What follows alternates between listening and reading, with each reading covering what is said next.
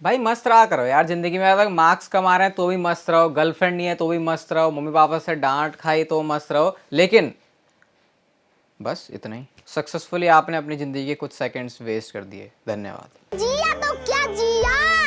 यार आपको याद होगा WWE का no mercy premium live event, जो कि आई थिंक 2017 में हुआ था लास्ट टाइम, जो मुझे याद आ रहा है। और वहां पे जॉन सीना और रोमन रेंज का मैच हुआ था। वो बिल्कुल वो वाला टाइम था जब बिल्कुल चैनल की हमारे शुरुआती वाला दौर था वो। तो अब NXT नो मर्सी को वापस लेके आ गया है, मतलब NXT को no mercy premium live event थमा दिया गया है। ये आप कह सकते हो एक तरीके से रीपैकेज या फिर रीब्रांड इसको किया। और 30 सितंबर की वो डेट होने वाली है जब NXT नो मर्सी WWE का शो होगा। तो इसको मेन रोस्टर से उठा के WWE ने NXT में डाल दिया है। Okay, hello chatters, my name is Rohit and you are watching wrestle chatter. Welcome है गाइस आपका वॉइस ऑफ रेसलिंग के एक और नए एपिसोड में। आप लोगों के यहाँ बारिश हो रही है या फिर नहीं बताना मुझे। हम चलते हैं अपनी सबसे पहली स्टोरी की तरफ। और WWE कुछ ऐसा प्लान कर रही है, बैक स्टेज ऐसे चीजें चल रही हैं। क्या हो रहा है भाई आज वीडियो में? WWE में कुछ ऐसे लोग हैं जो कि ऐसा मानते हैं कि अगर ऑस्टिन थ्योरी को हम कर देते हैं बेफेस टर्न तो शायद उनके लिए बेनिफिशियल हो सकता है, क्योंकि बहुत सारे ऐसे बच्चे हैं जो कि ऑस्टिन थ्योरी को पसंद करते हैं। तो उनको एक फेस सुपरस्टार के तौर पर शायद जो छोटे वाले फैंस हैं वो काफी इंजॉय करेंगे देखना। मुझे पता नहीं कि इस चीज को किस तरीके से लेना चाहिए, क्योंकि जिस टाइम पे ऑस्टिन थ्योरी कुछ महीनों पहले चल रहे थे उनका कैरेक्टर बहुत बढ़िया चल रहा था, लेकिन अभी ऐसा लग रहा है कि पहले कैरेक्टर खुद बेकार कर दिया, अब उसके बाद जबरदस्ती का किसी तरीके से चीजों को सेटल करने के लिए कोशिश चल रही है कि ऑस्टिन थ्योरी को ऐसा कर देते हैं या फिर वैसा कर देते हैं। आपको क्या लगता है, क्या उनका बेफेस टर्न करना सही रहेगा? हम चलते हैं अपनी अगली स्टोरी की तरफ और ये जुड़ी है ब्रे वाइट से। तो फाइनली WWE ने इस चीज को डिसाइड कर लिया है कि जब हम ब्रे वाइट को वापस लेके आएंगे तो इस बार वो चीज हम नहीं करने वाले जो कि हमने पहले करी थी। और पहले क्या किया था उन्होंने? ब्रे वाइट के टीजर्स निकालना, QR कोड करना। अब जब भी कभी ब्रे वाइट वापस आने वाले हैं तो वो एक सरप्राइज रिटर्न के तौर पर आएंगे। Summer slam premium live event वो जगह जहां पर हेविली रूमर्ड है ब्रे वाइट की वो अपना रिटर्न करेंगे।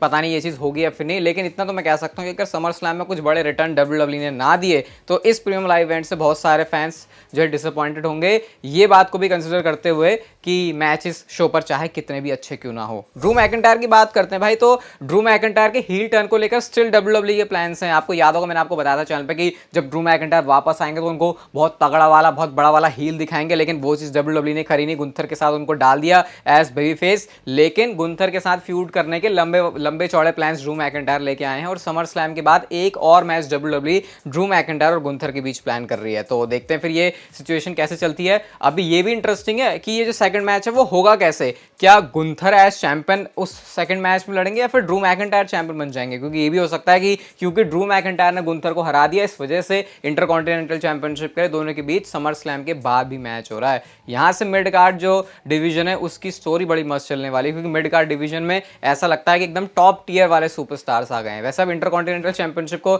मिड कार्ड वाली कहने भी नहीं चाहिए, जिस तरीके से इसकी प्रेस्टीज बढ़ी है पिछले कुछ महीनों के अंदर। WWE के इंटरनेशनल प्रीमियम लाइव इवेंट्स की बात करते हैं तो जर्मनी, फ्रांस, जापान ये वो कंट्रीज है जहां पर WWE फ्यूचर के लिए अपने प्रीमियम लाइव इवेंट्स को प्लान कर रही है। और आने वाले हर सालों के अंदर आपको एक एक प्रीमियम लाइव इवेंट अलग अलग कंट्रीज के अंदर देखने को मिलेगा। लेकिन जो दो कंट्रीज हैं परमानेंट रहने वाली है WWE के कैलेंडर की लिस्ट में, शायद आप लोग जानते होंगे नाम, सऊदी अरेबिया है वो, क्योंकि वहां से तो उनको बहुत मोटे वाले पैसे मिलते हैं और डील भी होती है। और उसके बाद जो सेकंड नेम है वो है यूके का। तो ये दो कंट्रीज के अंदर तो हर साल WWE के शो होंगे ही, लेकिन बाद में एक्सपेरिमेंट करते हुए WWE इन अलग अलग कंट्रीज को भी कंसिडर कर रही है। जहां तक इंडिया की बात करें तो ये चीज अब क्लियर ही हो चुकी है भाई कि WWE का शो नहीं हो रहा है यहाँ पे। वो जो निक खान ने बात बोली थी उसको भी लेकर प्लान्स चेंज हो गए और ऑफिशियली कोई अनाउंसमेंट हुई नहीं। निक खान ने सिर्फ इंटरव्यू के अंदर बोल के हम इंडियन फैंस के जो अरमान है वो जगा दिए थे, लेकिन ये करने के लिए उनको कड़ी वाली सजा भी मिलनी चाहिए। रिया रिप्ली की बात करते हैं तो भाई 420 से ज्यादा दिन हो चुके हैं रिया रिप्ली को बिना WWE कंपनी के अंदर पिन हुए। तो ये भी अपने आप में एक बहुत तगड़ा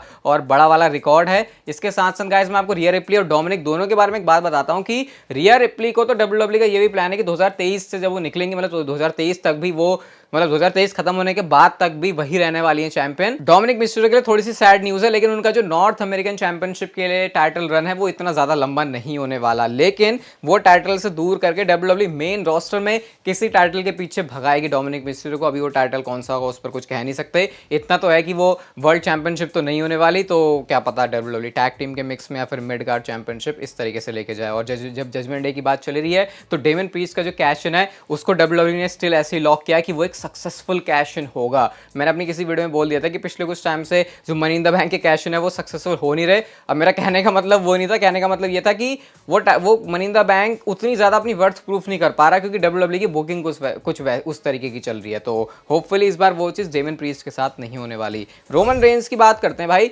तो इस साल के एंड से पहले डब्ल्यूडब्ल्यू ने रोमन रेंस के लिए एक अपोनेंट अपने दिमाग में लॉक करके रखा हुआ है और वो नाम बॉबी लैशली का है। इसके बारे में धीरे धीरे रिपोर्ट्स और आ रही हैं। इतना ही नहीं भाई साहब, जो स्ट्रीट प्रॉफिट्स हैं उनको भी लेकर डब्ल्यूडब्ल्यू प्लान कर रही है कि उनको अनडिस्प्यूटेड टैग टीम टाइटल्स के पीछे भगाया जाए। तो शायद एक सिनेरियो वो भी हो सकता है कि जब बॉबी लैशली की पूरी टीम है, शायद उसमें एमवीपी और ओमोस भी इन्वॉल्व हो, जो मैंने आपको पिछली वीडियो के अंदर बताया था, और ये सारे लोग गोल्ड कैरी कर रहे हैं और उसके बाद बॉबी लैशली अपनी पूरी टीम के साथ रोमन रेंस के सामने स्टेप अप कर रहे हैं कि चल भाई आ, मेरे बंदों के पास तो टाइटल्स हैं ऑलरेडी और ऑल गोल्ड वाली इसको फैक्शन बनाते हैं। ये तो मैं आपसे कह सकता हूँ बॉबी लैशली के साथ जो भी ये फ्यूड होने वाली रोमन रेंस की बहुत मस्त और मजेदार होगी, क्योंकि ये बिल्कुल एक डिफरेंट साइड भी हमको रोमन रेंस की दिखाएगा। शायद उस पॉइंट पर रोमन रेंस के पास नंबर्स गेम का एडवांटेज नहीं होगा।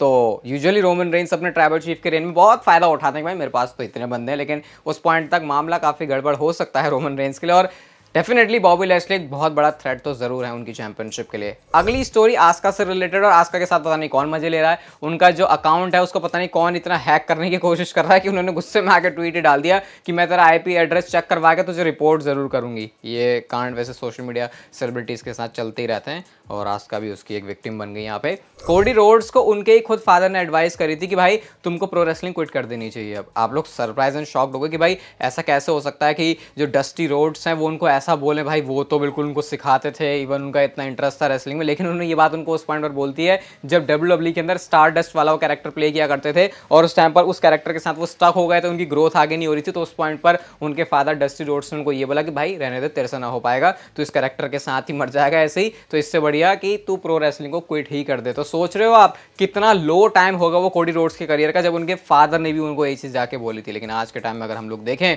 तो कोडी रोड्स हो चुके हैं बहुत बड़े वाले और तगड़े वाले सक्सेसफुल सुपरस्टार। और नहीं, स्टोरी तो अभी भी खत्म नहीं, उसमें भी काफ़ी टाइम लग जाएगा अभी ऐसा लग रहा है। एले नाइट के बारे में बात करते हैं तो कल जो स्मैकडाउन का शो है एले नाइट के लिए बहुत इंपॉर्टेंट होने वाला है, क्योंकि एले नाइट के मैच की अनाउंसमेंट कल हो जाएगी समर स्लैम के लिए। अब ये आउट ऑफ नोवेयर कहाँ से होगा, कौन अपोनेंट होगा, उसके बारे में थोड़े दिमाग के तार जोड़ने पड़ेंगे, लेकिन ये चीज़ मैं आपके ऊपर छोड़ता हूँ। बताओ आपको क्या लग रहा है कल स्मैकडाउन में एले नाइट की जो मैच की अनाउंसमेंट की हमको बात रिपोर्ट्स के थ्रू पता चल रही है, अभी ऑफिशियली नहीं है, तो वो किस सुपरस्टार के साथ होगी या फिर आप किसके साथ उसको देखना चाहोगे? लोगन पॉल, ब्रॉक लेसनर और रोमन रेंस का जो स्टेटस है 2023 के लिए, उसका एक तरीके से पूरा शेड्यूल आप बोल सकते हो आया है रेसलिंग ब्लॉग की तरफ से ट्वीट है, जहां पर वो बताते हैं लोगन पॉल के बारे में उनका एक मैच जो कि समर स्लैम के बाद होगा और वो सऊदी अरेबिया का शो है। ब्रॉक लेसनर के बारे में फिर वो लिखते हैं कि 2 मैचेस होंगे उनके समर स्लैम के बाद, एक सऊदी अरेबिया और उसके बाद दूसरा वाला जो शो है वो भी कंफर्म नहीं है। रोमन रेंस के 3 मैचेस होंगे समर स्लैम के बाद, सऊदी वाला शो कंफर्म है, सर्वाइवर सीरीज वाला शो कंफर्म है और तीसरा एक और प्रीमियम लाइव इवेंट होगा। तो इस तरीके से ये मैचेस होने वाले हैं इन सुपरस्टार्स के। अब रोमन रेंस को अगर मैं देखूं तो फास्ट लेन भी वो प्रीमियम लाइव इवेंट हो सकता है, पेबैक भी वो जगह हो सकती है, दिसंबर में भी अगर डब्ल्यूडब्ल्यू कोई शो कर रही है, तो 3 तो इसके अलावा और प्रीमियम लाइव इवेंट हैं। बस मैं ये नहीं चाहता कि रोमन रेंस लगातार 2-2, 3-3 शो मिस कर दें ऐसे, क्योंकि जब वो चीज़ करेंगे तो उसकी वजह से जो फैंस का इंटरेस्ट है वो थोड़ा सा अलग चले जाता है डब्ल्यूडब्ल्यू से, क्योंकि इस समय कैरी करने वाला काम रोमन रेंस ही कर रहे हैं, इस बात में आपको पता कोई शक तो है नहीं। इवन जो नंबर्स हैं वो भी कुछ ऐसा ही बताते हैं, स्पेशली ब्लड लाइन वाली चीज़ें जो पिछले कुछ महीनों में किया है डब्ल्यूडब्ल्यू कंपनी के लिए या फिर बोलूँ स्मैकडाउन के लिए। हम चलते हैं गाइस हमारी आज की नेक्स्ट फाइनल स्टोरी की तरफ। और क्या रोमन रेंस और जे उसो की मैच की स्क्रिप्ट पता चल गई है कि इस मैच में फिनिश क्या होगा, कैसे रिजल्ट होंगे और क्या मैच में टाइटल चेंज होगा या फिर रोमन रेंस स्टिल रहने वाले हैं ट्राइबल चीफ। तो गाइस इस मैच के एंडिंग को लेकर, इसके मैच के एंडिंग की जो स्पेकुलेशन है वो मैं आपको बताता हूं। यहाँ पे जे उसो और रोमन रेंस का मैच होगा। ऑड्स के अकॉर्डिंग तो भाई क्लियर फेवरेट रोमन रेंस पहले से ही इस मैच को जीतने के लिए। तो इस मैच का जो एंडिंग सीक्वेंस है वो कुछ ऐसे होगा जहां पर सबको ये लग रहा है कि जिमी ऊसो बंदा गायब कर दिया डब्ल्यूडब्ल्यू ने ताकि वो शो में वापसी करे, बल्कि ऐसा नहीं होगा, बल्कि जिमी ऊसो को गायब ही इसलिए किया क्योंकि डब्ल्यूडब्ल्यू ब्लड लाइन की जो स्टोरी लाइन है उसमें ब्रेक लगाना चाहती है या फिर उसको एंड करना चाहती है। तो मैच के एंडिंग सीक्वेंस में कुछ ऐसा होगा कि रोमन रेंस इजीली इस मैच में जे ऊसो को हरा देंगे। और क्योंकि जिमी ऊसो को पहले से ही डब्ल्यूडब्ल्यू ने इक्वेशन से बाहर किया हुआ है, तो जिमी ऊसो को आने का इसमें कोई सेंस बनेगा नहीं। तो हमेशा मतलब हमेशा हमेशा के लिए तो नहीं कह सकते, कुछ महीनों के लिए जिमी ऊसो भी अपने सरक लिए और जे ऊसो भी सरक जाएंगे, और इस वजह से कोई ब्लड लाइन का बंदा होगा नहीं रोमन रेंस के अगेंस्ट में खड़े होने के लिए। तो रोमन रेंस ना सिर्फ मैच को जीतेंगे बल्कि नेक्स्ट चीज़ों की तरफ मूव करने वाले हैं। जैसे मैंने आपसे कहा भी कि रिपोर्ट्स रूमर्स में बहुत कुछ पता चल रहा है कि समर स्लैम में जो ब्लड लाइन वाला चैप्टर है वो फिलहाल के लिए क्लोज हो जाएगा। वैसे तो बोल रहे हैं क्लोज ही हो जाएगा, लेकिन मैं फिलहाल के लिए इससे बोल रहा हूँ क्योंकि मुझे ऐसा लगता नहीं है कि वो ऐसे क्लोज होगा। और उसके बाद शायद क्या पता, ऐसा भी हो सकता है कि इस मैच के एंड में कोई सुपरस्टार ही निकल के आ जाए जो कि रोमन रेंस को चैलेंज करे, और उसके बाद नेक्स्ट शो के लिए रोमन रेंस और उस बंदे के बीच में मैच हो अनडिस्प्यूटेड चैंपियनशिप के लिए। आपकी कुछ प्रिडिक्शन है इस मैच में तो मुझे बताना जरूर। ये वीडियो अच्छी लगी तो लाइक शेयर सब्सक्राइब और नोटिफिकेशन बेल को ऑन कर दो, and see you guys in my next video.